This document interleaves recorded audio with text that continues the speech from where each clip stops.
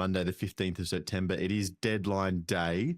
Mutual termination season is always open, and there are still plenty of Western United players to determine their future. They are essentially free agents as well and can sign with clubs at any time, and some of them have, and we'll talk about them today, but there are plenty that haven't. However, the bulk of A-League squads for the 25-26 A-League men's season are now complete. We're going to go down the list of all the teams and assign them a letter grade for their performance during the transfer window, and we'll talk about some of the deadline day deals as well. Now, this is obviously just up until and including deadline day, any players that kind of come in after that. Maybe we'll have to do a follow-up. Who knows? Maybe we'll be able to get this one, under 5 minutes without Jacob here. But I know if he was, he would tell you he was probably littered with a bit of disappointment. Obviously, losing the likes of Isaias and Javi Lopez retiring at the end of last season. Then there's Ryan Tunnicliffe and Josh Cavallo, who we know have left under controversial circumstances. But the likes of James Delianoff, Zach Clough, Stephen Morgan, Archie Goodwin, all first-teamers that have departed. In comes Juliet Kavatial, who was the Adelaide United player that was on loan last season despite never actually playing at Adelaide at FC Eindhoven. He's coming back to the club. Obviously, Craig Goodwin's the big marquee signing. Joshua Smits is the goalkeeper.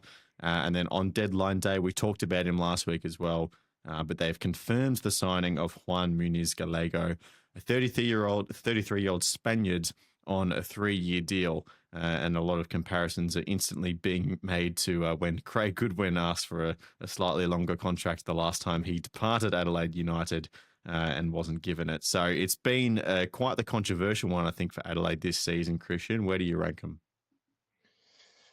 These grades are going to be so difficult because you sort of have to judge, the outs, the experience, how much of teams lost. I mean, I look at Adelaide and the amount of outs you alluded to. I mean, Stefan Mork, Zach Clough, Archie Goodwin, first team players. Have they done enough to replace them adequately? I don't think so. I know Craig Goodwin, as you said, is obviously the star signing. That's obviously going to get more bums on seats, and everyone's excited about that. And so they should be. But just looking at the rest of this list, in terms of a grade, I'd probably just give him. I'm being kind here. I'll give him a C plus just because of the Craig Goodwin signing. If it was for Goodwin, I would have put them lower because that's the only sort of positive thing that springs to mind when I'm looking at this roster of ins and outs. I mean, they signed the 36-year-old Brazilian, the midfielder Anselmo, yep. Yeah, Jacob was again pessimistic about that signing. He wasn't too happy about it because given the age profile, and he was arguing that should be looking to more younger players. Like, what's he really going to provide? I mean, I guess it's a case of wait and see. We can't judge too early, but yeah, I'm probably going to head with the C plus. Given the experience they've lost as well, obviously Javi Lopez is a big one. Isaias as well. The amount of years they've spent at the club. So trying to again sort of glue this team back together in a sense of trying to compete for finals football and even more.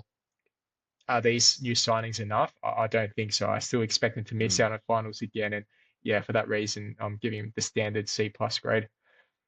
All right. Yeah, I don't think they're probably far away from that. We do have to decide what is success in the transfer window, because obviously squad strength is one thing. Getting a good sale for Archie Goodwin has to be, I think, considered a positive, even though you're missing him. So I'd probably have them lower than a C plus, maybe until you consider that. So then getting a good sale for Archie Goodwin. We know they did get some money for Stefan Mork as well. Steph told us in that interview that the loan fee they're getting was more than 50% of what his release was. So a little bit of money there, I guess, is not bad. So C plus is probably fair. And I think the main concern, as you said, is kind of the age profile of some of those players you're bringing in. Again, Craig Goodwin is awesome, but he's 2 years on from when he left. And Selmo, as you say, getting on. And then Juan Muniz Gallego as well, 33-year-old. So him getting a 3-year deal, we kind of joked last week, they just need a Spanish side in their team somewhere just to feel a little bit more comfortable with their squad profile. But yeah, I think that's the main concern. C plus probably fair. Auckland FC, not a whole lot of moves. And I think this is probably expected because they were already, I mean, I don't have the numbers in front of me, but surely close to, if not the oldest club in the A-League in terms of squad age, right? Just because of the fact that they had to come in as an expansion side and get first teamers. They've brought in Lachie Brook, who's come back to the A-League after a little bit of time away. Ollie Sale from Perth, and then Sam Cosgrove, the English striker as well. Lost Nadar Moreno, who was kind of the really only visa player that they let leave. Alex Paulson obviously has concluded his loan, and Tommy Smith and Scott Galloway. And actually a name that they haven't announced yet, but the club that he's departing got in a little bit ahead of them. Where is it? St. Louis, Jake Girdwood-Reich, obviously of Sydney FC fame, is going to Auckland FC on a season-long loan. So this feels strong. Obviously, losing Alex is, not ideal, but he was never their player to begin with. So I think we're kind of looking definitely in the Bs for what they've lost. I think they've come close to replacing apart from that goalkeeper spot. Yeah, I'd probably go a bit higher and give it a B plus because I don't think there's too much more they really could have done this transfer window because they've got the right foundations, right? They don't really need to add too much. They've added some bits and pieces here and there, but they've already got those right components to already sort of go back to back and try and go one better, make that grand final, and win that championship. It's sort of for them a case of, less is better. Whereas other clubs are sort of the complete opposite. Some of them need complete overhauls, right? Whereas Auckland are already in a comfortable position where they just need to make a few tweaks here and there. Paulson, yes, that's a massive blow, but as you said, he was only on loan. So you take that into account. Is that really, are you grading them down too much because of that? Nato Yeah. Moreno, obviously he's, another significant loss, but I mean, Ollie Sale, I think, is a good replacement, I think, for Paulson. You saw in the Australia Cup against Heidelberg, for example, I wasn't convinced at all with Michael Wood and his performances throughout No. that competition. So I think, yeah, Ollie Sale, with his experience in the A-League, probably fits the bill quite well for Steve Corica. And I um, wonder, like, with Sale, because, like, obviously he had a horror year with Perth, mm, and how much of that is down to him, because we know he's great in the A-League. He that's the played really well thing. for the Yeah, Phoenix before that.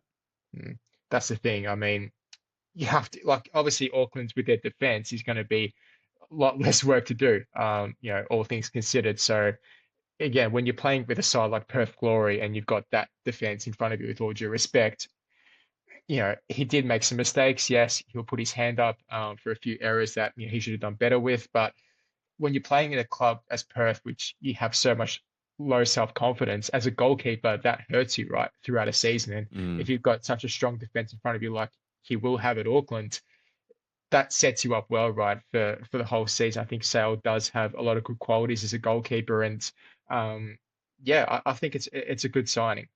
We'll wait and see, but I think it'll work out well for Corica. So yeah, expecting Auckland to make another deep run in the season, but yeah, probably a B plus.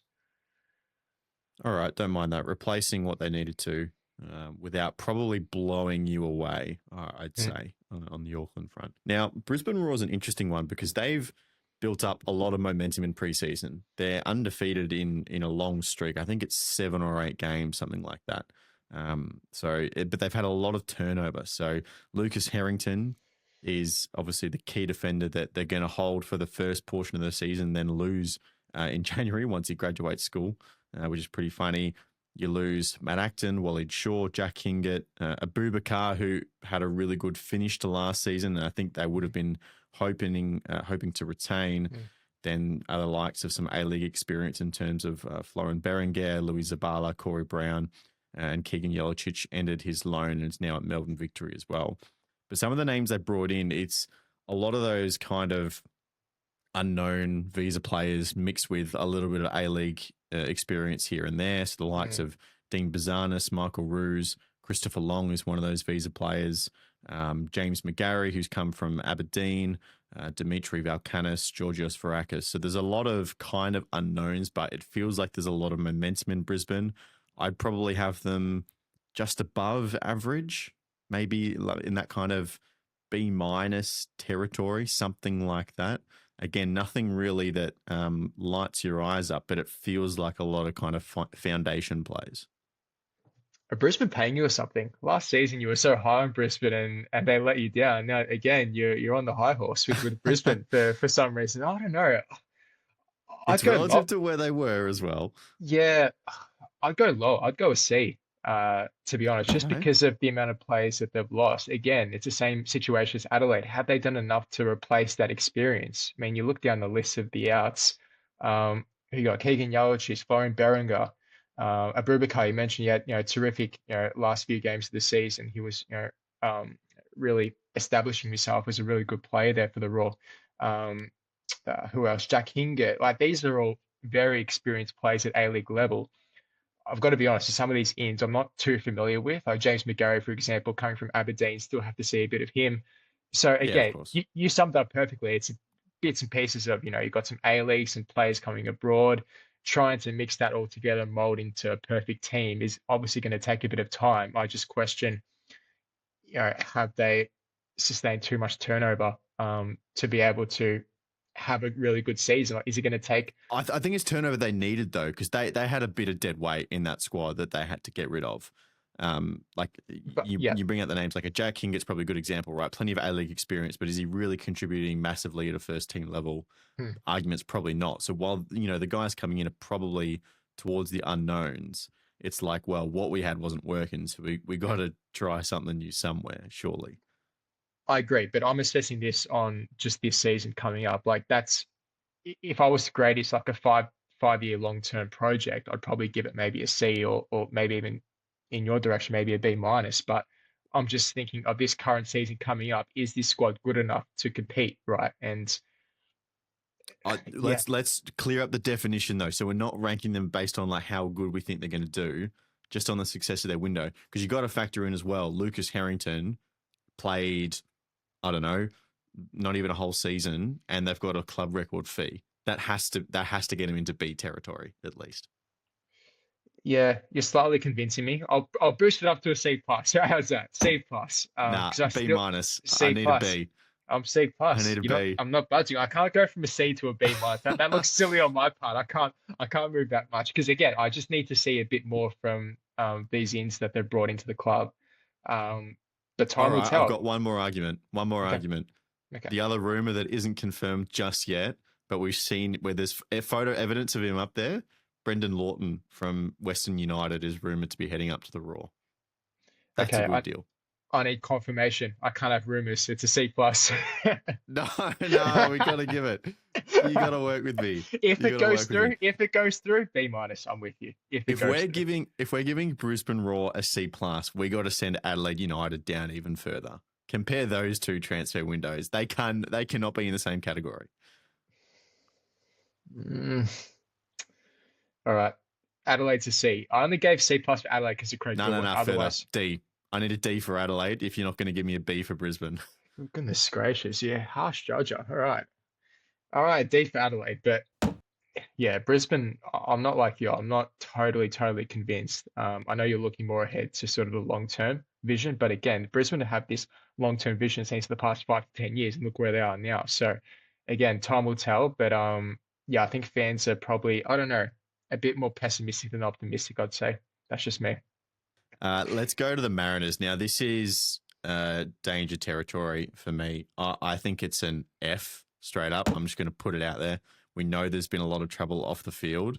Their outs are two of their last remaining championship winners in Brian Kaltak and Mikhail Docker. Then you got Alu Kuol as well, who came in and scored the winning goal in the AFC Cup victory. Then the likes of Will Wilson, Jack Wachowski, Sasha Kasevsky as well. And the players they brought in are Andrew Redmayne and James Donachie.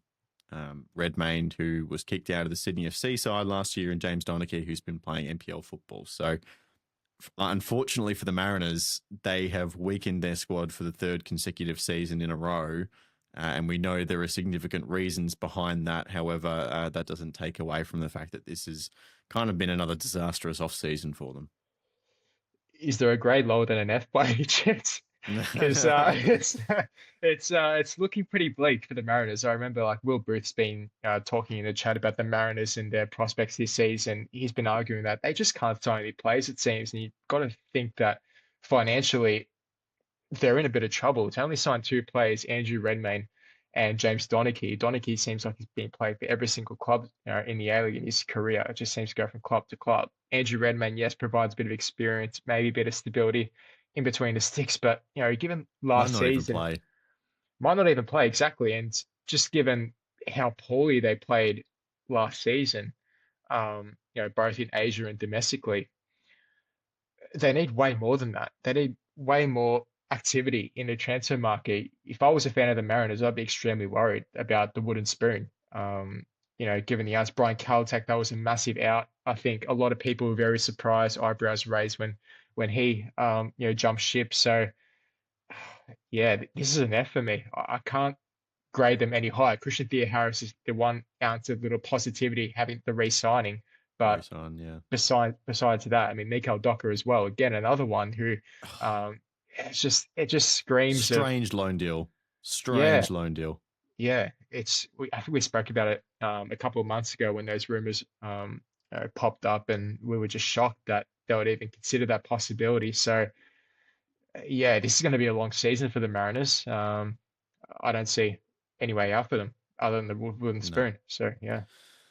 Yeah, well, good luck, Mark Jackson. Let's Mhm. go to the Bulls. Now, this, I think, is kind of on the positive. Now, some of the outs, a sale of Keely Adamson. They've lost Ivan Vujica, who's a serviceable A-League fullback, Danny De Silva, Jake Holman, who they couldn't convince to stay. He leaves on a free contract. And Marin Yakalish as well, who they were definitely trying to tie down, who was unfortunately departed. And then Kevin Bowley and Saifuddin Cowie as well, two of their visa players. But the ins, I think, are really positive. Anthony Caceres is probably the marquee one of the lot, plus another of these other kind of money ball signings that I like to collect at the Bulls in Mhm. Callum Talbot and Harry Politidis from Melbourne City. You've got the likes of Damien De Silva, the centre back, coming back to the A-League, of course, played for Melbourne Victory as well, won a victory medal coming in January halfway through his quality. And Ji Dong Won from Suwon FC, another one of those visa players that will come in. Mm. So when you pair that with, the re-signing of Luke Bratton for another year, they've got Tomislav Uskok and Matt Yerman going around again, and Christian Popovic for another year as well. I think this is an extremely positive window for the Bulls. They brought in some quality again, those kind of A-League tidbits that is really going to help their depth in a season with the ACL too as well. I'm not sure if you want to give them an A. You might not see enough highlight names there, Christian, to kind of lean into that territory, but I think they have to be close. I'm giving it an A. I thought you might have trended Give them an towards A. giving them an A. Yeah. So what are you like, B plus? Yeah, A minus E, I think. Okay. Um, I think they've done well. They've made the signings that they needed. As you said, Anthony Caceres tops the list. That was an extremely impressive signing for them. And those three re-signings you mentioned as well, um, that's massive to retain those players for Stoyovsky to work with. The only downside really is Marin Jaklosh departing the club. If he stayed, that would have been massive for Macarthur. Obviously, the season he had, a few months ago, tremendous, right? The goals he was scoring, Mm-hmm. the productivity, Goals and efficient, assists everywhere, yeah. incredible. So, yeah, for Macarthur, I think, yeah, expecting a solid season for them. I think in seasons gone past, it's been about can they put it together for a whole season? That's been the big question mark I've always had with Macarthur. But hopefully, with these new additions, Theosky can hopefully find that right balance. And Damien De Silva is another name that you highlighted is going to be a big boost for that defense and the experience he has as well. So, yeah, I'm quite excited about this Macarthur side. When I saw the ins and outs, that instantly jumped out at me and said, okay, wow, that's been an impressive transfer window. So, yeah, looking forward to seeing what they can do. All right, what are we saying, A or A minus? Um, I'll go A minus, just because you were sort of Okay. around, yeah, A minus. Leave a little bit more room. I like Yeah. it. Okay. But yes, I'm very high on the Bulls this year. I'm looking forward to seeing their season in Asia kick off this week as well, which we'll get to a little later in the podcast. Melbourne City. Now, this is a fascinating one. Obviously, they're gearing up for the ACL Elite as well. They play San Frecce on Tuesday night. May have already played by the time you're listening to this. The outs, a couple of key ones, obviously on the wing. So Marco Tilio, end of their loan deal. They were trying to get him for another season at Celtic. He's now, of course, moved on a permanent deal to Rapid Vienna. Scored his first goal for the club on the weekend, by the way. And Jonathan Cohen as well, who was one of their best players throughout the season. Then they've lost James Jego to retirement and Callum Talbot up to the Bulls. and Arian Suleimani over to Perth Glory as well. Politidis, and then Steven Ugarkovic to the Wanderers. So the wing is the key area of improvement that they needed to improve on. And they have made moves in that area. So Takeshi Kanamori, who's come in as a visa player, he's been at the club for 4 or 5 weeks now. And according to Aurelio Vidmar, has settled in quite well. They've also brought in, apologies for the pronunciation, Elbasan Rashani, the 32-year-old Kosovo international who plays as a winger as well. He joins from Elche, who's just earned promotion up into La Liga. So played at a decent level in the Europa League as well, I believe, at some point in his career. So they've got some wing options in there. Now, whether they're going to be as successful as Cohen and Tilio or not, they've made moves is more my point. And they brought in Liam Bonatig as well. Beckham Baker is an academy product that has a really high reputation. So I think you combine that with some re-signings, Max Caputo for 2 more years. In fact, it might be 3 more years as well. Yeah, 27, 28.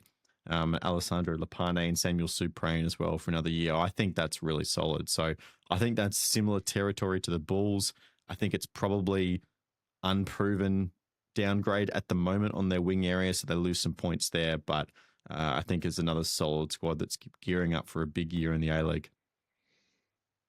We're differing a bit in our grades. I'm giving it a B. Okay. Just Liam Bonatig, I like that signing. He's got a lot of promise, only 20 years old. Heard a lot of good things about him. Just for me, the departures, Steven Ugarkovic, Jimmy Jego, retiring, that bit of experience, and Marco Tilly is obviously the big one. Have they done enough to replace him? With those couple of names you mentioned. Again, I just need to see a bit more because they're unproven, right? They could turn out well, and Vidmar can, have a lot to work with, and it can be a positive season. But at the same time, it's like a bit of a flip of the coin, if you know what I mean. Obviously, you've sort of watched City more closely than I did last season, so you can probably comment and have a bit more knowledge about their overall squad and where they really do sit in terms of championship credentials. Can they go back to back? But yeah, I'm just sitting at a B. Like, for a club like City with the funds they've got, can they attract 1 or 2 high quality name players? Like, for the past couple of seasons, I feel as though that's what they've desperately been crying out for. I don't know if you agree or not. That's not their strategy anymore, though, unfortunately. Yeah, and that's the thing. It's like you see, a club like Sydney pursuing a couple of these big names. That's all I'm asking, 1 or 2. I'm not saying to fill your squad with star super, because they're on the right track. It's just, as you touched on before, are these names they spring out to you as, okay, that's massive? No, not really. But at the same time, I understand what City are trying to implement, and the championship they won last season demonstrates that they are on the right path. It's just, can they continue that? I just need to see a bit more from them. So that's the only reason I'm going with a B. Yeah, look, I think it's fair to say they're unproven. Obviously, we haven't seen them in action yet. I think a Melbourne City visa player always comes in with a little more credibility than anyone else, just because of the breadth of their network in terms of scouting. So Kanamori, who's been playing with the club for, as I said, over a month now in pre-season, I wouldn't be surprised if he hits the ground running. They've also, and Rashani as well, he only has been in for a couple of days, so he's not going to play the Champions League game on Tuesday night. We'll have to wait a little bit longer for him. But I think just because they're Melbourne City, they have such a good track record of those signings coming in and just being, 10 to 20% better than the average A-League marquee visa signing, international player. I'd settle for a B+ on Melbourne City. I think we can meet halfway there. Yep. Okay, B+. Okay. Losing Tilio doesn't get you an A. I think that's fair to say. But yeah, especially from the level of where City were, it'd be tough to replicate. But yeah, I think expect a big season for them. Yeah, for sure. Melbourne Victory. Now, this is a team that I was feeling a lot lower on 2-3 weeks ago compared to where I am now. They have a long list of outs, and we talked about this all the way back the season before, after the loss to the Central Coast Mariners in that grand final, is that they actually managed to retain a lot of talent from that season going into last season. Of course, they made the grand final again, and unfortunately for them, lost it. But then it kind of came this flood of interest in all this talent that they'd accrued, probably on a little bit of borrowed time for 12 months. So you have the likes of Daniel Arzani, who's gone over to Hungary, Ryan Teague, Mitch Langerak, who obviously only came in for a little bit, retired. Casey Boss has gone to Mainz in the Bundesliga as well. And a couple other names in terms of, obviously, Zinedine Mishash was an unplanned one that happened kind of late on in the window. And then Alex Menelau, Christian Siciliano, and Fabian Monge as well. But the ins have been coming slowly but steadily throughout the window. So Louis Dorigo, Kellen Jelicic, Franco Lino returns to the club on loan. Sebastian Esposito as well on loan. Jason Davidson comes home. And then the likes of Denny Jonro, Matthew Grimaldi, who's their Western United pickup. And then we understand that Juan Mata is supposed to be the extra name that's going to attach himself to the end of that list. So they haven't replaced the talent, especially on the wing. There'll be questions, but there are some big names that have come into this squad that will look to stabilise them in defence and midfield, I think. Yeah, and Bruno Fornaroli has left as well, which was announced a couple of days Course, ago. I yep. think he's signed for Avondale now, which is interesting. I've heard a couple of fans say Victory probably could have needed him for this season just off the bench, give that extra option. But at the same time, like a couple of months ago, I was saying this is going to be a complete rebuild for Victory, right? The players you mentioned that have departed overseas, Ryan Teague, Azani, Mishash is a big one as well. But then you look at the ins and it's sort of it gives that sense of enthusiasm and optimism if you're a Victory fan, right? I mean, Sebastian Esposito is an impressive one at the back. We were sort of debating whether he should start, given it's a loan deal. Like, what are Victory really going to achieve by starting him for a season? I think a lot for this rebuild. Like, you don't bring him in for nothing on loan. If you bring him on loan, you have to play him with his talent, which he does have a lot of.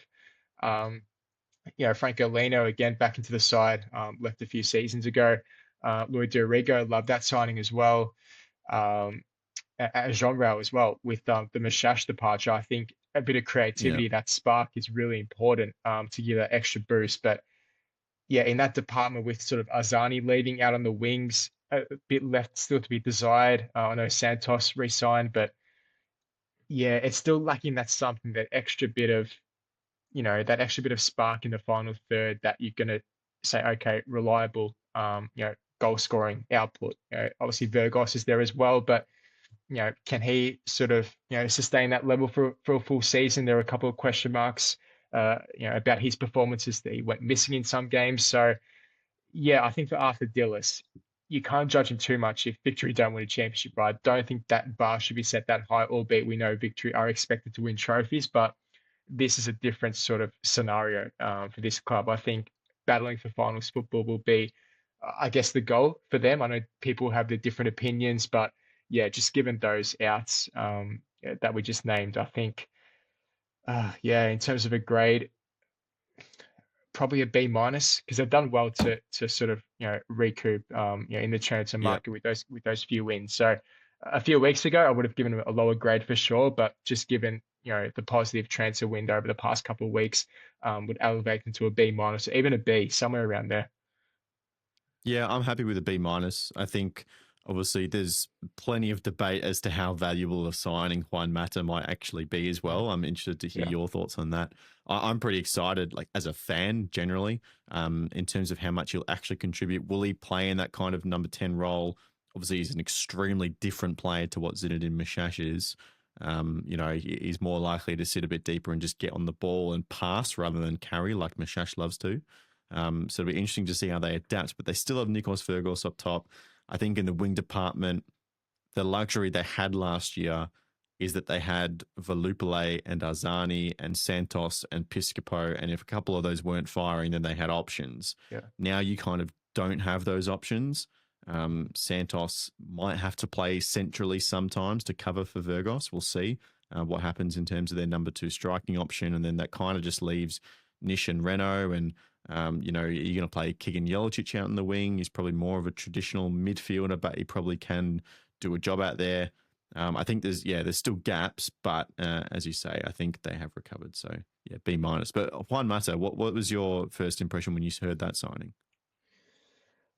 I want to try and convince myself that it's a good signing because last Yeah, season when I he think signed, me too. I'm trying to I don't want to be a pessimist like Jacob. I don't want to be that person, but I just feel the season he had with Wanderers, yes, it was clear that Stajic obviously didn't want him in his plans. It was probably debatable whether Stajic even asked the club to get him in the first place. So there's probably a bit of miscommunication there. So given fitness as well, like if he could do a role, he would be obviously playing more minutes for the Wanderers. He just couldn't fit into the system, right? So it's a bit of Mm, combination of lack of fitness because before he signed for the Wanderers, he only played one game in Japan over the past 12 or so months. He was hardly playing any football at all. So he was obviously trying to get back into the groove, just trying to get some minutes under his belt. But there were some glimpses, some flashes here and there. He dropped deep a bit, even into that number 6 role a bit, which I thought worked effectively at times for the Wanderers. So it's whether the Steelers utilize him in that way. I think he's still more suited to that attacking role, especially given, as we mentioned, Victory, those departures in that final third. I think he'd be a bit more suited to that. But I just think Mats would be he's a bench player. He's a role player, right? He's a player that's going to come on those last 20 to 30 minutes. If you're relying on him for that effective output week in, week out, I think you're going to struggle. I don't think Victory should be looking down that path. So, yeah, I mean, a signing is going to get bumps on seats, sure, but in terms of on the pitch, what the Victory need, I question it. Newcastle Jets now, absolutely a positive feeling, I think, around this club. I don't know if you want to consider Mark Milligan as a signing as part of this, but We'll do it. Why not? why not? Mark Milligan is a very key in. Alex Battlelardo, technically from the Western Sydney Wanderers, he spent the last half of the season on loan at Melbourne Victory. Max Burgess, who's having an extraordinary Australia Cup run so far, the shackles seem to be off him. Then the likes of James Delianov, Joel Bertolicio as well. A couple of nice names to combine with all of the kind of youth and the young talent coming through. They have lost a few though. The likes of Callum Timmins, who is a very versatile player, Charles Mbomwa, Philip Kankar, Ryan Scott, the keeper as well. Kota Mizunuma, keeping him around, I think is a big win, not just for his quality, but re-signing him keeps part of that positive vibe and the experience and having that older head to kind of guide these young players, I think is quite impressive. So minimum B, absolutely. For me, the Newcastle Jets, probably, again, not those headline names to crack them into A territory, but I think they just need one or two little bits here and there, the Jets, and with Mark Milligan at the helm, they look to have a pretty positive season. Yeah, probably a B to B plus for me, somewhere in that range. I think Milligan's always done an outstanding job with this squad. We saw, the Australia Cup run, they've made the final, which for them, I mean, who would have expected that? Given the topsy-turvy season they endured, just recently. So, look, Milligan's come in, he set a goal to fix the defense first and foremost, and then from there, work his way up the pitch. And I think those showings in the Australia Cup have proven that he is, the right man for the job. He is the right man for this rebuild. Not a whole lot of ins, but again, for the financial situation that some of these clubs have faced, and the Jets in particular are one of those clubs, you have to grade it at, in a sense as well of what more can they really do. Battleato, he's been, talented as, this future talent, which sort of didn't quite work out at Victory with that loan move from the Wanderers. But I still think he's a player who has a lot of upside, a lot of potential that he can add to this squad. Max Burgess, I've harped on about him with his quality. I think he's one who can really, open up defenses, someone who can really turn a game.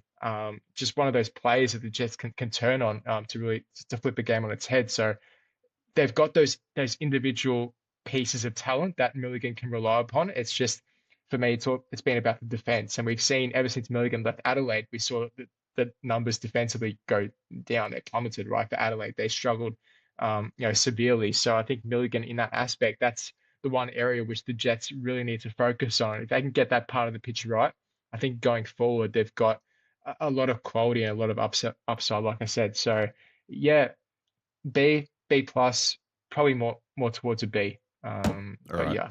yeah. Happy with a B. Now, this club, I reckon, has potential to be one of our better ones as well. Perth Glory. This is another team that needed just to flush a lot of people out and get in some new names. So They've lost the likes of Jalen Pearman, who was a sale, but then the likes of Hamzawi, Patrick Wood, end of loan, Riley Warland, Ollie Sale, Thomas Love Mercila, Nikola Milajuznic as well. Just getting lots of names kind of out. And then they brought in Brian Kaltak, treble winner, back-to-back championship winner at the Mariners, Sam Sutton and Scott Wooden, the double from the Wellington Phoenix under what was not last year but the year before, a very good defensive side under Chiefy, Callum Timmins, who we just spoke about, Mark Birighitti, who's been around the A-League plenty, Arian Suleimani, Jaden Kaczarski, who, of course, that's the second club that Kaczarski has joined this offseason, and Gabriel Popovich as well. And then the re-signing of Lachie Wales and Luke Amos, among a couple of others. There's some headlines there. So I think this is an extremely strong window for the Perth Glory. You're going to have to talk me off of an A+ here, because particularly those defensive additions, all of a sudden they turn into one of the best defensive teams in the league on paper in terms of quality of the players. It has to be close. Out of all the teams, if we're going to give someone an A+, Perth Glory, relative to where they were last season, it has to be close. Yeah, I'm not arguing it's not close. I'm just trying to think what's the appropriate grade. Because I'm with you. I love the work they've done in the transfer window, like Kaltak and Birighitti, like two experienced heads who, in previous seasons, especially last season, they had a couple of few experienced veterans who, yes, a great presence in the locker room, but could they do it on the pitch, or could they perform so consistently week in, week out for Žilić? The answer was probably no. At least these types of players are going to offer you something, right? I think that's sort of the positive for Perth. And I think Sutton as well, that's a really good signing. Again, as you mentioned, on paper, if they can get it all together, I agree. Probably up there with one of the best defenses in the league. And once Žilić gets his style of playing philosophy going in terms of, we know he loves the press, that will be one of the most exciting teams to watch, I reckon, if everything clicks into gear. Grade, I'm not going A+. I can't go A+. They can't have the season they had and then put it into an A+ with. But yes, that's why had it a good can chance be an A+, yes, because it's relative to how bad they were. Those are the standards. That they've had such a bad season. Now they've. Can we agree with an A? We can't go through this whole video and not give anyone an A+, though. Yes, we can. Yes, we can. You got to deserve the A+. What would they have needed to get an A+? It's a tough one. Mario Balotelli? Yeah, you would have convinced me. Italian signing in for it. Yeah, marquee signing. I just think something a bit more upfront. I know Adam Taggart is going to provide that output in terms of goals, always very reliable, but out on the wings as well, just a bit of extra creativity I would have liked to have seen. Like, these are some names who are going to offer you a lot of things in terms of solidity at the back as well, but in terms of the midfield and forward positions, just one or two, they're just missing one or two players who, that sort of spring to mind and think, okay, wow, that's a really top quality signing. I know Perth aren't in that position. That's what we're grading on them as well in terms of what they can actually do in the transfer market. But that's, the only slight concern I have, especially with Žilić and his football. We know the entertaining, attacking football he wants to display. If that's to work, a couple more players in the attacking third. But other than that, I think, it's a good squad altogether. But I know you really want to push it to A+. All right, I'll settle for an A. One correction, by the way, Jalen Pearman, his contract did expire before going to QPR. So it wasn't a sale, but he was always destined for better things. Couple more clubs to go. Sydney FC. Now, the headline news, and again, this is not confirmed, but it is widely reported. I think Channel 10 broke this as well a couple of days ago, is that Douglas Costa is set to terminate his deal after, he's just simply not back at the club. He's in Brazil for reasons that aren't fully clear, but, under the realms of personal reasons. So, unfortunately, it appears at this moment in time, as we're recording this video, that his time at Sydney FC has come to an end, which is very unfortunate. We saw him make, personal statements saying that his plan was to continue at Sydney. So He was exceptional last year, even with a couple of injuries here and there. We didn't see him as much as we would have wanted to, but he was extraordinary when he was on the field. They've also lost the likes of Patrick Klamala, who is a big out for them. Adrian Segicic, of course, is a record deal, so that's what it is. But losing the likes of Leo Senna, Anthony Caceres, Anas Wahim, obviously we talked about Burgess and Kaczarski as well. There are a lot of really good quality names that have left the club. Now, Al Hassan Toure has come to Sky Blue. Patrick Wood returns from his loan. Akon has looked good in the Australian Cup. Paul Ocon Exler, for me, is one of the signings of the season. He's going to do extraordinary things in a Sky Blue shirt. Marcel Tisserand has some visa experience at centre back, and then a couple of other names. And we saw Victor Campuzano, I believe, is their deadline day striker that they brought in as well. He's a Spanish 28-year-old striker on a 2-year deal who's been up and down between the top 2 Spanish leagues during his career so far. So a lot of unknown, but I think a lot of lost quality for Sydney FC. So I don't know, probably B to C, somewhere in there. Obviously, they would have liked to keep a hold of a few of those names. I'm giving it a C plus. Those names: Klamala out, Segicic out, Caceres out, Senna out. They were key components for Tally, and that's a team that didn't even make finals, right? So you put that all together. So it's like it's going to be a tough ask. I mean, I wouldn't even be surprised if Sydney are teetering towards that 6th, 7th, 5th position, so that mid-table range, trying to battle their way into finals. I mean, I do like the signing of Toure. I think he'll add a lot of quality up front there, given obviously Klamala, the exit there. And we're assuming as well that Douglas Costa is going to leave. So you add that into the equation as well. It's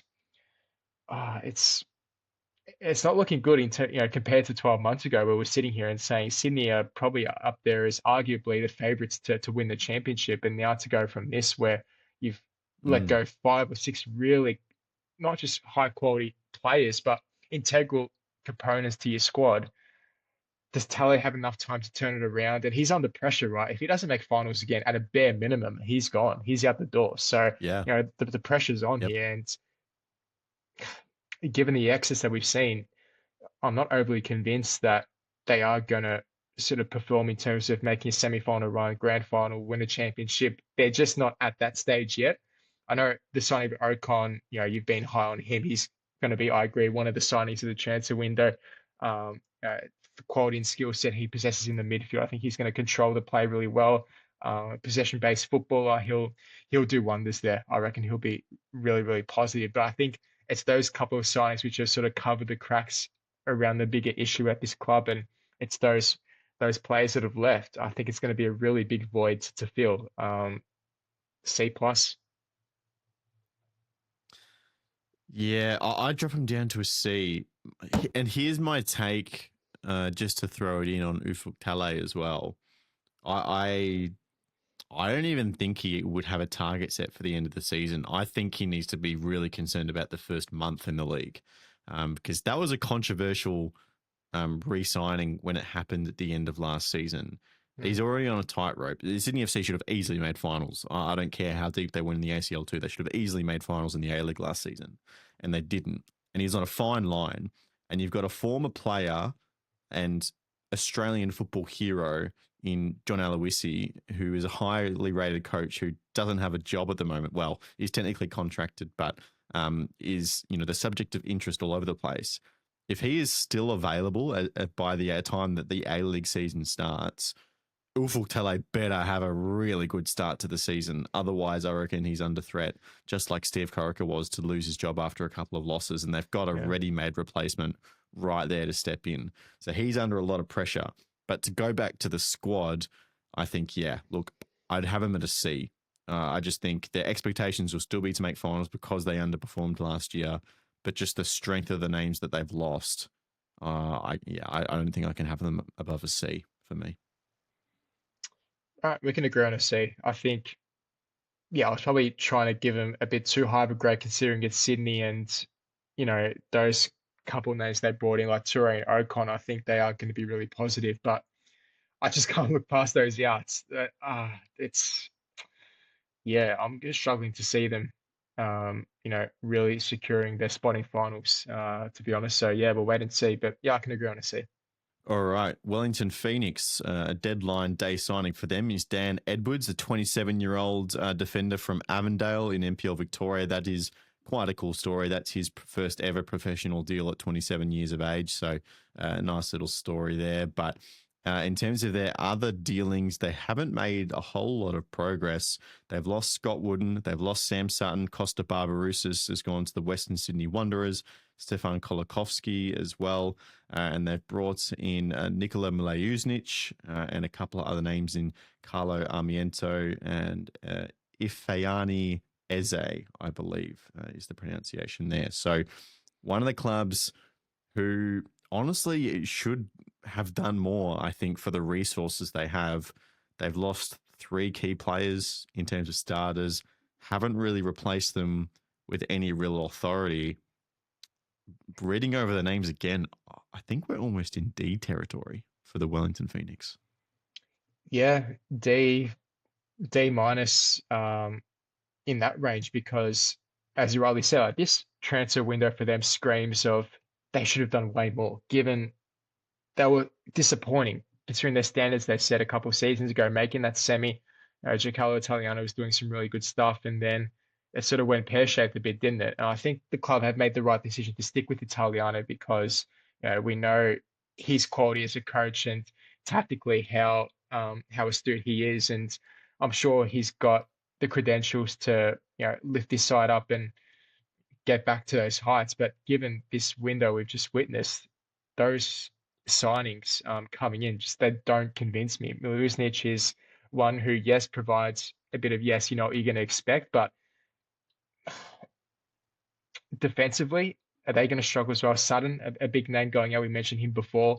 Um, Names like that who have left. I mean, they haven't done enough to replace them adequately. So yeah, even a D minus. To be honest, because Italiano, another coach under pressure, if he has another poor season, expect the board to be meeting and probably making that harsh decision to let him go. As harsh as it sounds, because he did do so well in that first season, and I think the club are clinging on to that, right? But guy, yes, he did well. Yes, maybe it's just an off season, a blip in the road. We'll give him another chance. So Mm. this is the next few months coming up. This is big for Italiano. It's just, has he been supported by the club in the transfer market? I know behind the scenes he asked for players and he hasn't received what he's wanted because it seems like it because this doesn't seem like an Italiano like transfer window. So yeah, interesting. Yeah, I think the word out of Wellington is that probably they're one of the clubs where some of their deals haven't been done or at least publicly announced yet. So we will have to maybe come back to this and revisit. But at the moment, I think for the information as we know it, D minus is probably fair. Let's go on to the final club, the Western Sydney Wanderers, another one with plenty of movement. They have re-signed Lawrence Thomas, Gabriel Cleur, Jordan Holmes, obviously backup keeper and a couple of others as well. Their key outs include the Johnny Warren medalist from last year, Nicholas Milanovic, who's on his way to Aberdeen, has kicked off there. Oliver Priestman's gone to Scotland as well with Motherwell, and Zach Sapsford to Dundee United, who's having quite a good start for them. Scored, I think, 3 or 4 goals, maybe I want to say 5 or 6 goal contributions already for Zach Sapsford over at Dundee United, so he's doing well. They've also lost Marcus Antonson, Jack Clisby, Zhong Tae Wook, who, to be fair, was underwhelming, and then Alex Badalato as well, and Marcus Eunice, who we haven't seen at the club in a little while because he was on loan in the Netherlands, but he's moved on permanently now to Scandinavia.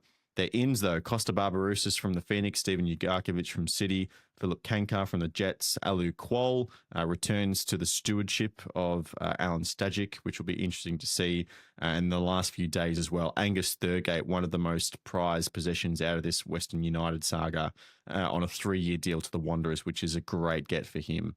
For the club, I should say. So plenty of rotation. Another one similar to Victory, I think, where a lot of this young talent is just kind of leaving at the same time. But to have the strength of, especially in Angus Thurgate, Kuol, Ugarkovic, Barbarousis are good experienced A-League pieces as well. I think an above average window for the Wanderers, but again, those substantial losses in there as well. How do we feel about a B? Does that sit well with this transfer I window, reckon you Angus reckon? Thurgate's got to bump it up to a B plus. I think B that's plus, on you a reckon? 3-year deal. So That's him? really good. Yeah, yeah, I'd probably tend to agree with that. Just like Milanovic is, that's going to hurt him leaving. It was expected. The It club is. Yeah. they prepared for it. He was going to leave 12 months prior, right? He had that move to Croatia, basically set in stone, and then it sort of collapsed at the last minute. So it's actually an extra 12 months out of him has been, Yeah. great for the And a fee Wanderers. So and a club record and a fee. fee, so got to take that into account as well. So yes, I'm leaning towards the B plus there. Um, but a lot of names that have left, which you scream out, stages you can rely upon. Stages you can rely upon those players, right? Clisby as well, good example. Someone what you're going to get. Oscar Priestman, Antonsen, these types of players. I think they'll be okay. I think it might take a bit of time. Same goes to the Victory. Those are the two clubs which might take a bit of time to settle with their squads. Expect a few hiccups along the way, but I think once everything sorts itself together, this is a squad who can definitely compete for finals. Barello as well up front, who they've retained as well. He's going to be obviously a big integral part there up front. So Hmm. they've got I think they've got the right pieces. It's just, yeah, like I said, it might be a bit of a slow start. The fans might have to be a bit patient, but I think Stage has just proven that once he has the right formula, he can do some good stuff. So I think it should be exciting times for the Wanderers. All right. Do we B plus? We said for the Wanderers, right? Of course, I didn't even mention off the top as well. Juan Mata, if they do lose him, Yeah, that is a loss. But in terms of his, arguably how maybe much he even a contributed positive. to the team, Yeah, yeah, there you go. arguably, yeah, Less distracting conversation. yeah. All right. There you go. There's our rankings of each club's transfer window for the 25-26 A-League men's season. As we say, plenty more news and deals can be done in the remaining weeks and months ahead. But as we know them now, there are our letter grades.